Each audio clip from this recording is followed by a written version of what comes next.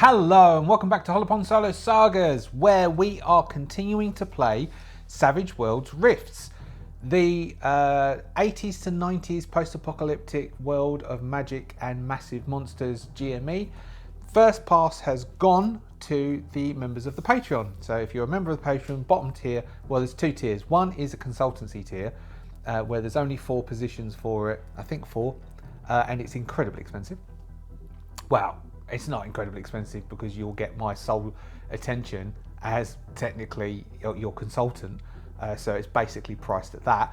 The normal tier for Patreon is $3 a month. They have got the first pass rough formatted of those tables that we've done so far for the Vampire Lands and the Badlands, I think I called it. I think that was the safest way of calling it. PCOS Badlands, but even if I use the word PCOS in print, it's dodgy. Anyway, let's continue with the story. So, Sean, our Cyber Knight, successfully assisted our lane line walker, Tammy, from the various things that came through the portals. We had the dog boys who attacked. And then there was those cave people, but we basically subdued the cave people. One of the cavemen got killed, the other one helped us defeat the dog boys, and just at the end the door kicked open and there was the ex-inhabitant of Cilio Rojo, who is a secondary vampire. Now I was thinking over the last week about that secondary vampire, and we might make that secondary vampire a wild card for this battle. 2 reasons. 1, we haven't fought a wild card yet, and 2, we could have a reoccurring baddie. We could get this wild, if we damage the wild card could decide to sort of like disappear and then could get revenge and pursue us as we leave. So my intentions for this session, as you know, I come into these, so next week the how-to video will be on oracles, and I'll talk about oracles, but also I'll talk about my approaches to oracles, which I use them to assist me in developing a story that we roleplay, rather than I get it to govern the story that we roleplay. I like contributing my own little bits to it. The oracle doesn't tell me where to take the story, I decide where to take the story.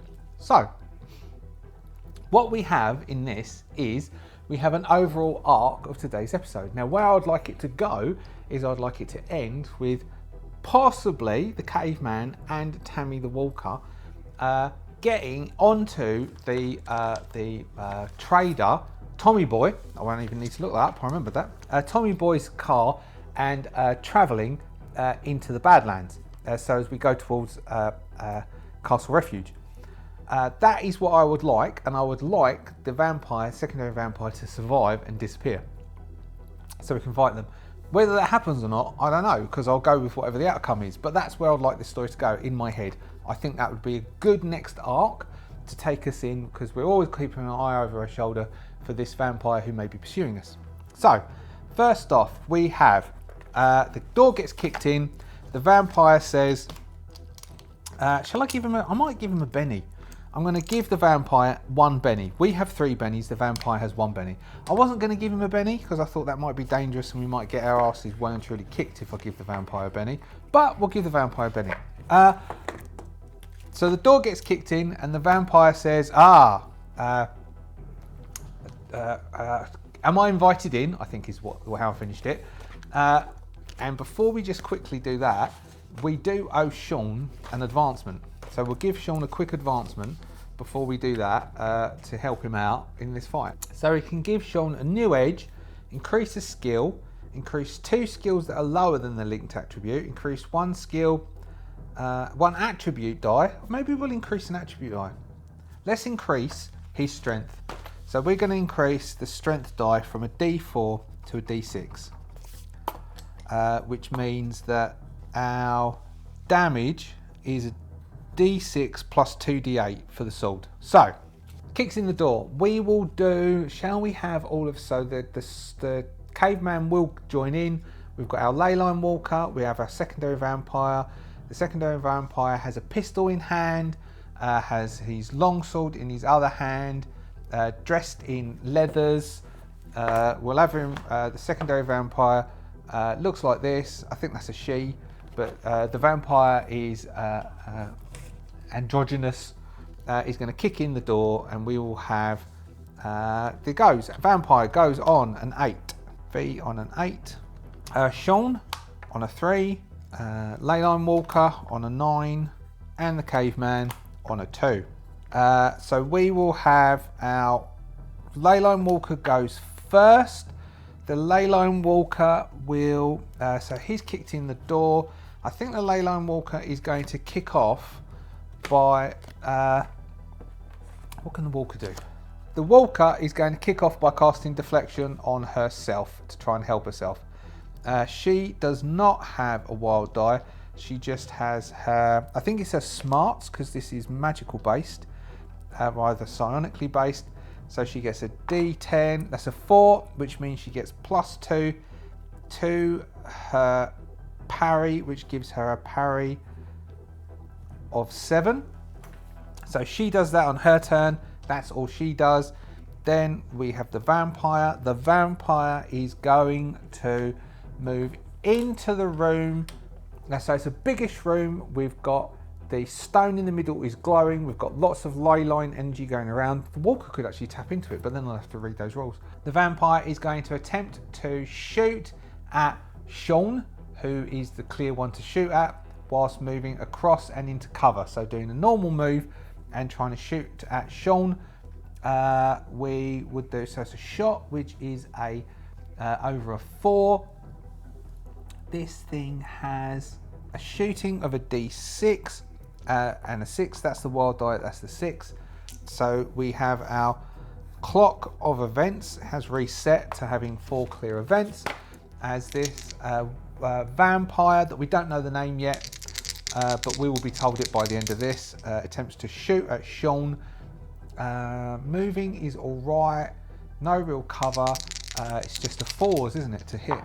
A 4 exactly. So the shot hits Sean, because it's not the parry, it's shooting. If that's right, I'm pretty sure that's right. And there's no minuses for range.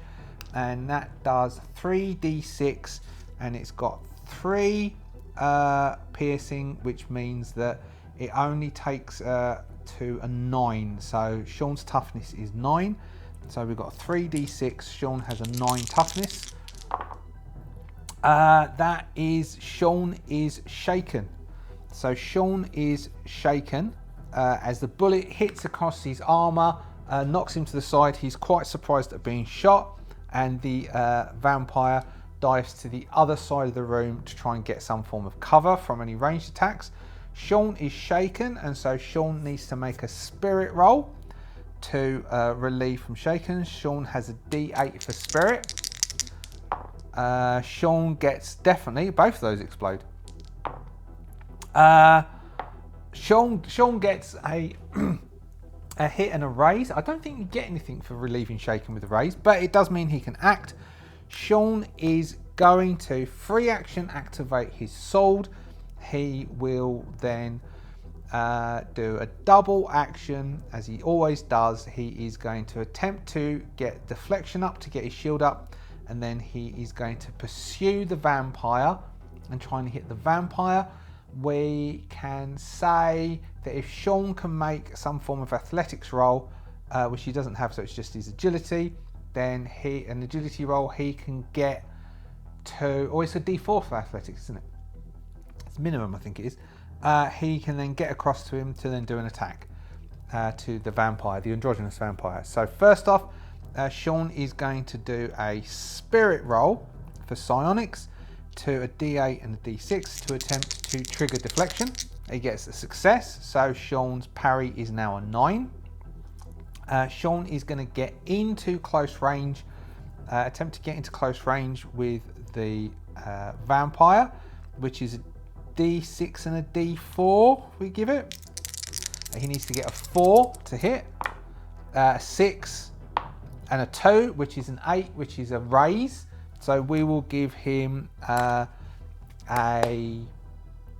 plus D6 for this attack, which is a raise. Yeah, all right. because he's run across, he's leapt over the ley line stone in the middle, lands in front of the vampire, surprises the vampire like all business, and Sean has a D10 for fighting, and there's a D6 wild die, and we can throw it. So should we, or we could just give it +2. We'll give +2. +2. The vampire has a parry of 7, so he's going to parry with the sword. We get a 10, we get a 17, we get a 19. Its parry is 7, which means we definitely get a raise. So the parry attempts to parry with the sword. Sean counters and then slides in, so jumps over the ley line stone, sliding at his knees. The vampire looks shocked as Sean strikes from underneath and then stands up behind the vampire. So we get a +D6 because we've got a raise. We get a D6 because we up to strength, and we get 2D8s. And this is against the vampire, who has armor of, has a toughness of 16, armor 4. This is armor piercing 8, so that gives a toughness of 12. So we get a 6, we get a 10, we get a 15, which is a hit but no raise. So that just means that the vampire becomes shaken. So the vampire is shaken. That is Sean's go. Sean is no longer shaken. And now we have the caveman. The caveman is going to look a little bit surprised. We are going to say, is the caveman going to run around and attempt to hit the vampire? We'll say it's 50-50, so that means 10 and above. Yes, no complications. Yep, the caveman just runs around. The caveman has a D6 for fighting, if I remember rightly.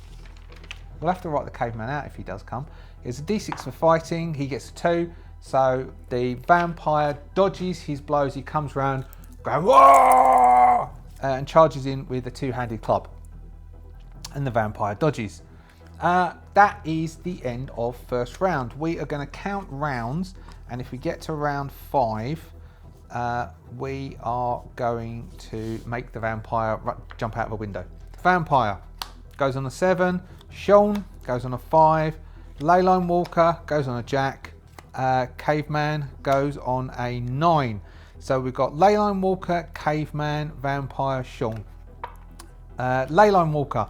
Leyline Walker is going to attempt to poke her head around and shoot at the vampire. A bolt. We're going to give the vampire slight cover of a 2, even though they're in the same space. Do you remember we did that whole thing about Theatre of the Mind? And so they're not in melee together, so there is no minus for that. Oh no, it's a 0 because they're in the same room, but he is behind some form of cover, so we'll say that she needs to hit a 6 instead of a 4. The Leyline Walker has a D10 for her spirit. She has no wild die, no plus. She attempts to do a bolt. So she's got 40 PPE. We'll say she consumed 20. She did 2 just then for that. So it's enough that she'll be able to do a burst per round for 5 rounds. 1 round has gone. We are on round 2. So she needs to get 6s. A 9, it hits. So a burst of a bolt of energy strikes out. We are next to the ley line, so we'll say that she can up the power of it, which is 3d6 instead of 2d6 from memory from last week. So she gets to roll 3d6. It's shaken at the moment, remember. What was it? It was Leyline Walker, Caveman, Sean. No, Leyline Walker, Caveman, Vampire, Sean. I should have written it down. So that's a 12. A 12, and it's not armor piercing. A 12 does not beat its toughness of 16, so it hits against its armor and it fizzes and dissipates. I think that's right. I don't think it's armor piercing. I think she could boost it to be armor piercing, but we'll just do it like that for now. Hits against it and it dissipates. Caveman. The caveman is standing next to the vampire. The caveman is going to attempt to tackle the vampire. The caveman still has his d6. He has a parry of where is the cave? Where is the here it is. He has a parry of 7. No, he doesn't have a toughness of 12. He has a toughness of 16. A 1 is, because it's not a wild die though, the caveman trips and falls down. We now are on the vampire. It was the vampire, Sean, wasn't it? The vampire is shaken. The vampire needs to make a spirit roll of a D8. It does have a wild die. It rolls a 1, so it fails to get shaken, but we do trigger one of the clocks because it's a 1 on the wild die. We could throw its Benny and get it to try and... we could throw the Benny and automatically succeed at the shaken roll, and it's going to do that. So it's going to automatically throw the Benny and get rid of the shaken straight away to allow it to act in this turn. It is going to... Sean is up in his face. He is going to pull back with his sword and attempt to smack Sean in the face with the sword. He has a fighting of a D10.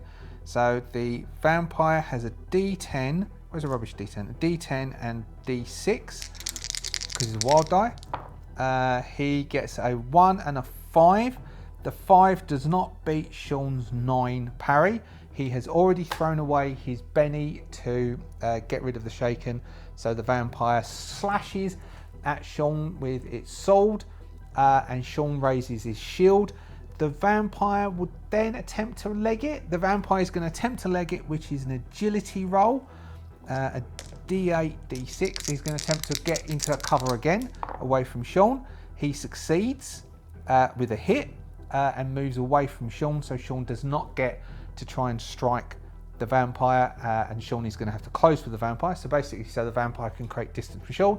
We now have Sean. Sean is going to pursue the vampire and attempt to attack the vampire. Is Sean shaken? No, Sean relieved his shaken.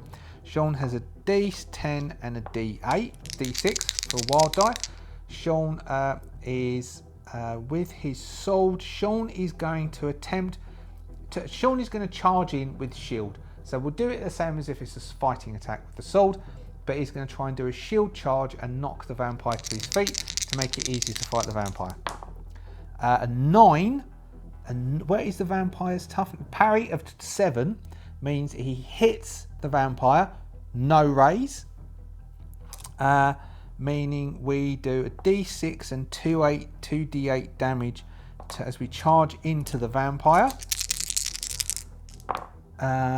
Doing not very good, doing 9 points of damage. 9 points does beat its parry, means that the vampire becomes shaken again. The vampire is going to have to make an agility roll to stay on his feet, or he goes down. The vampire stays on his feet, but he's shaken. So he makes that roll, stays on his feet, but he's shaken. So that is the end of round 2. Round 3, we have the caveman is on the ground, over on the side where, well, they're kind of like, so the caveman, if we imagine it, the caveman is, if we've got the stone here, on this side, Tammy is on this side, and Sean and the vampire on this side. So no one has cover against anyone else really. We go vampire, Sean, Tammy. Tammy gets the Joker, and then we've got the caveman. So we're going to shuffle at the end of this. Tammy goes first, then Sean, then the caveman, then the vampire. Tammy gets a +2. Tammy is going to let's just look up. So she's been doing bolt. What will blast do? No, blast is going to catch Sean. Bolt 2d6 ranged attack. She'll boost it to do 3d6. So she's going to boost it to do 3d6. She gets +2. She would get a Benny, but she's not a wild card. She gets +2 to the attack. She goes first. So she attacks the vampire. She gets a D10. +2 is a 9, which beats its... 9 beats the 4 with 1x boost. So she gets 4d6 because she got a raise on the attack. So this is against its toughness, which is 16, which is 6, which is 10, which is 12. Again, not rolling high enough to actually beat its toughness. So Tammy gets that. Tammy shoots at it, it dissipates. Tammy's not very good at combat, obviously. We need Tammy for doing other stuff. That we need to look up what Tammy can do. Now we've got Sean. Then it was Sean, the caveman, and then the vampire, wasn't it? So Sean is going to, the vampire is shaken at the moment. Sean is going to take advantage of that because it can't get away. He did the charge. He now is going to attempt to back out and attack with the sword to do some damage with the sword. We have that, we have that. Though it's shaken, that's no advantage. We get a 6, which doesn't beat his parry. It can still parry when it's shaken, can't it? It just can't act. So he doesn't beat its parry, so we are going to throw away one of our bennies and re-roll. We're going to throw another one of our bennies away and re-roll. Come on, Sean. Yes, 9. 9 beats its parry. 9 beats its parry. We've got 1 benny left, and 9 beats its parry. We've got a D6 and 2 D8s. We want to beat its toughness of technically 12, which we don't. We could throw our last benny in, but I don't think we will because we might need that for ourselves. So we fail to do any damage against it. Even though it's in shock at the moment, it is still responding and being self-defense, but it isn't shaken and it's in shock at the moment. Then we have the caveman. The caveman is going to run over and attempt to hit the vampire. It does its screaming charge again. 6. 6, 12. 15. Okay, it does a charge against, which beats its parry. 15 beats its parry with a raise. So the vampire comes running, the caveman comes running in, screaming. I don't even think I wrote down his damage because I didn't expect him to actually hit. No. So he has, let's give him high strength. So we'll say he's got a D10 in strength. And what would that be? That would be D10. And I think it's a D10 and a D6 for a club. So strength plus a D6, I think, or it might be a D4, but we'll call it a D6. So his damage with the club is a D10 plus a D6. So he charges in, vampire shaken. He doesn't do any damage. He does 4 points, which doesn't. So he comes charging and screaming. Oh, he gets a plus a D6, doesn't he? Because he got a raise. He doesn't do anything. So he does 5 points. So comedy caveman comes charging in, expertly catches him around the waist. The vampire doesn't budge an inch.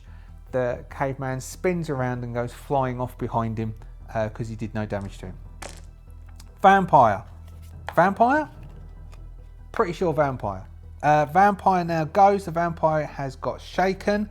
So we need to resolve the shaken, which is a spirit, which is a D8 plus the D6 because he's a wild card.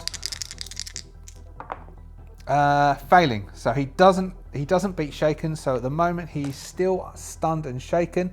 Now he can escape, but that's the end of round 3. He can escape with even being shaken, I do believe. We now shuffle because we did a joker, and then we will deal initiatives again. So we've got the caveman is there. Maybe the vampire. No, the caveman is there. Sean is there. Tammy is quite a distance away, firing bolts of ley line energy. Blue, sparkly streams of energy come out of her fingers, trying to smash into she could try entangling it. She's going to attempt to entangle it because entangling it will mean that it becomes either vulnerable or bound if she gets a raise. Vulnerable means that everyone's going to be +2 to attack it, which will help everyone and is probably going to be better than her trying to shoot it because that's not really working. And allows the caster to restrain or other vaccine trappings, hardness 8 if successful. Victim may break free. So we can just do it. Yeah, so it's just a raise, so it's just a normal roll. So that's what she'll do. Anyway, we'll shuffle and then we'll do initiatives. This is round 4. So basically this session, it looks like it's going to escape, which is good, which is what we wanted. Unless Sean or the caveman, so beat it. Vampire on a 5, Sean on a queen, caveman on a 6, Walker on a king. So it's Walker, Sean, caveman, vampire.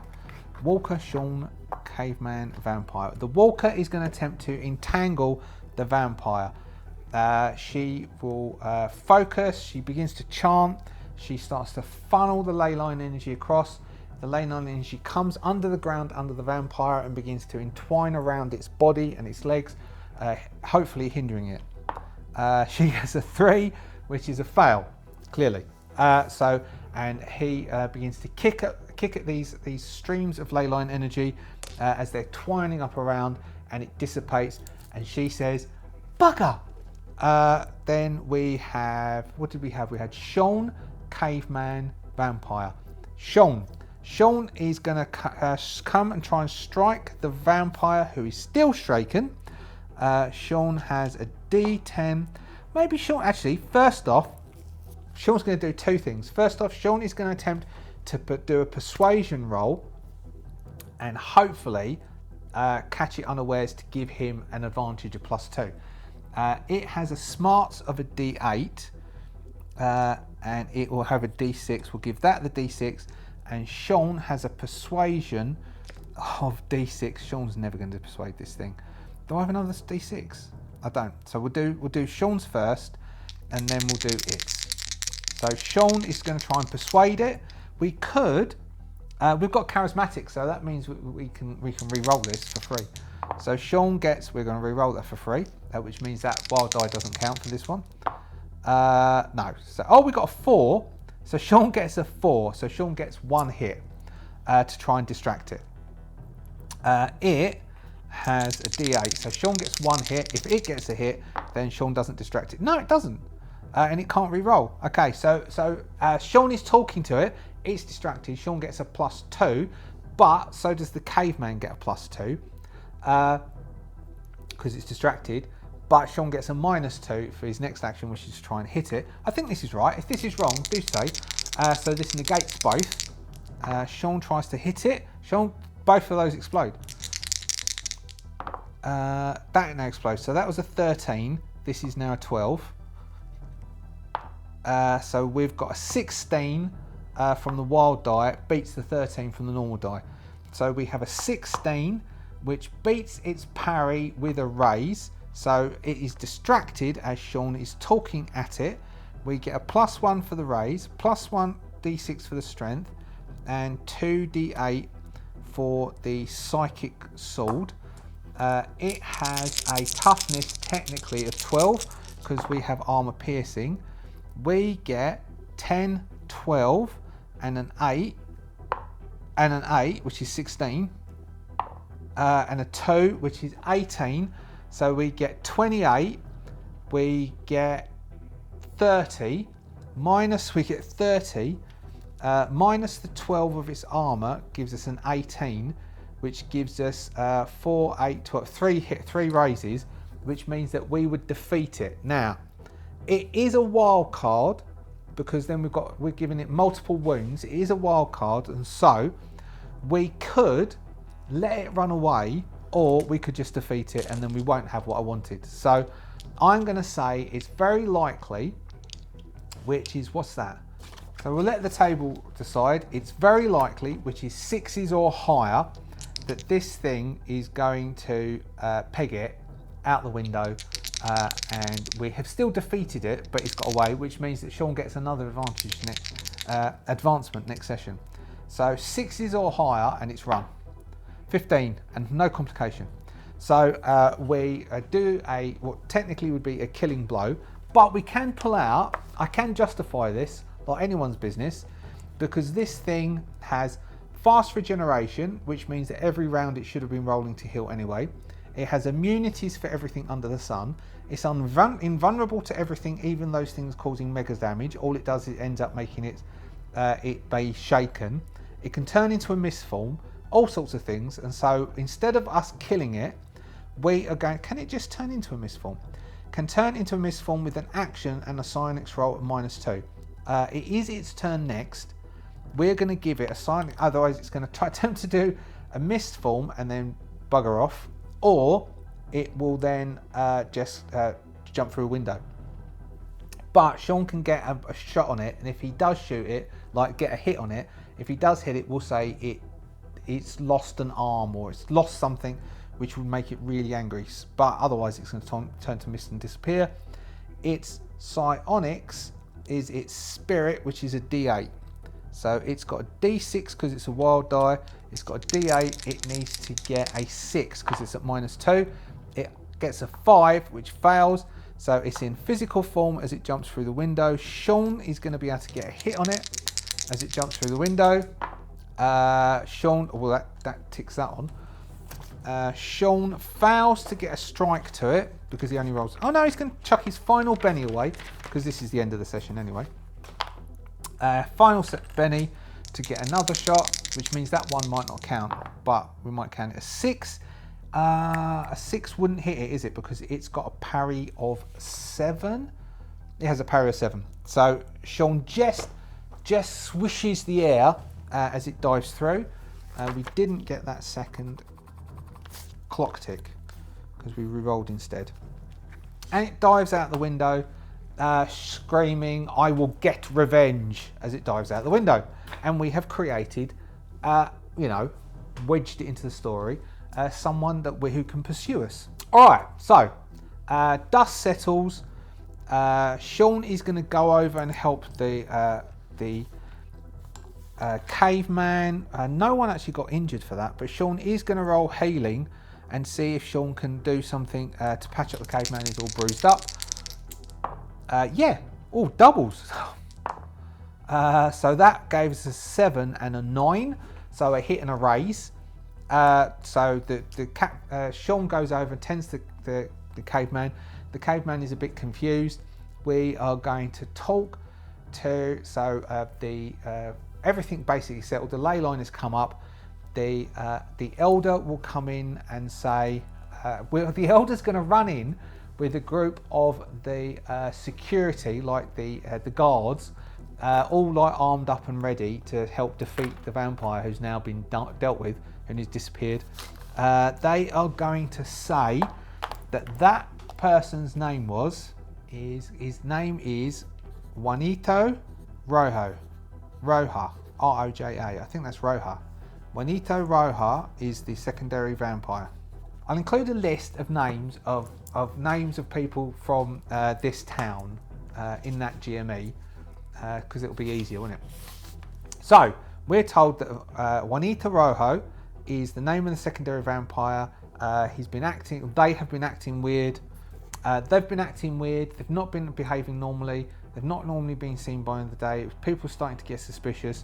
This now explains what's been going on. They're sorry that they didn't keep an eye on them more. What can they do to help? Sean's going to say, well, let's see if we can get this cave person back.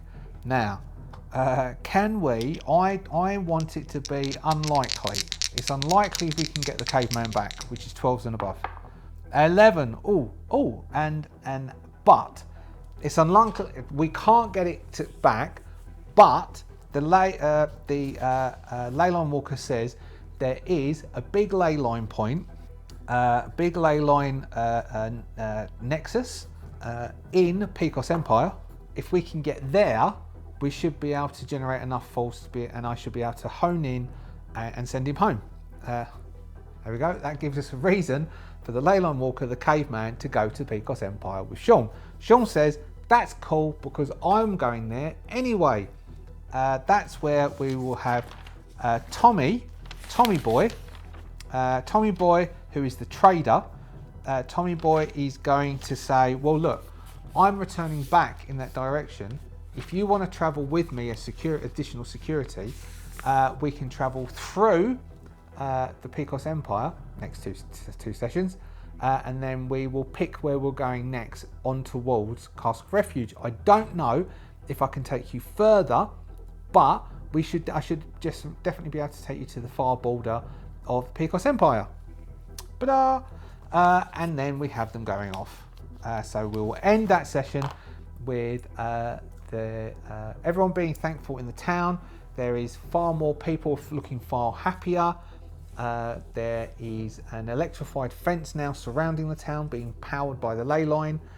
The patrols are looking way more spick and span. Everyone is looking a lot happier. The whole place looks like it's had a coat of paint overnight. They're loading up the van, and everyone is saying goodbye. They're thanking Sean, they're thanking Tammy, they're thanking Grunt, who's looking a bit bemused. They all pile on to the trading caravan and proceed out of town. End of session. That there was Savage Worlds Rifts ish. Thank you so much for watching. If you're a subscriber, thank you so much for being a subscriber. If you're not a subscriber, do consider subscribing. We do lots of other stuff as well, and it'll be nice. Still, it's actually slightly under 50% of people watching are not subscribers, which is good because it means that potentially we could double our numbers. We're approaching 3,000 actually at the moment. That's quite exciting. You could be the 3,000th subscriber. Think how exciting that would be. But don't wait for that. Just subscribe anyway. Thank you so much to the Adventurers Guild for all of your support. The Adventurers Guild supports the production of the videos by becoming a member of the YouTube membership thing. The Adventurers Guild. So of the early doors tier, they get early access to the videos, some specific videos just visible to those members, and some other stuff. There is the Superfan Thank You, which is supporting me and showing belief in what I'm doing, which is really good, and I thank you very much. If there are other ways you'd like to support, there are a variety of different books I have on sale at Drive-Thru. If you'd like to support me by getting one of those books, that's very cool. There's a few of those books that are approaching their little metal emblem things. It'll be cool to get them, and I should have additional books out by the time this video goes live. Or you can join the Patreon. The Patreon gets loads of discounts for things. Just selling my wares, isn't it? Patreon gets loads of discounts for the books. The Patreon mainly supports the production of the books. All of the trifolds will go onto the page. By this point, there should be a second trifold up. The patrons get those for free, and there are basically there are enough discounts which should make the $3 Australian dollars a month equal itself out. Is my aim. And early releases of some of the material, whilst it's in the rough state, gets given to the patrons as well. And I'm very thankful for all the patrons and their support as well. And I think I'll end there with enough sales. I do apologise, but you know it is the way one makes their money now, if you can call it that. So yeah.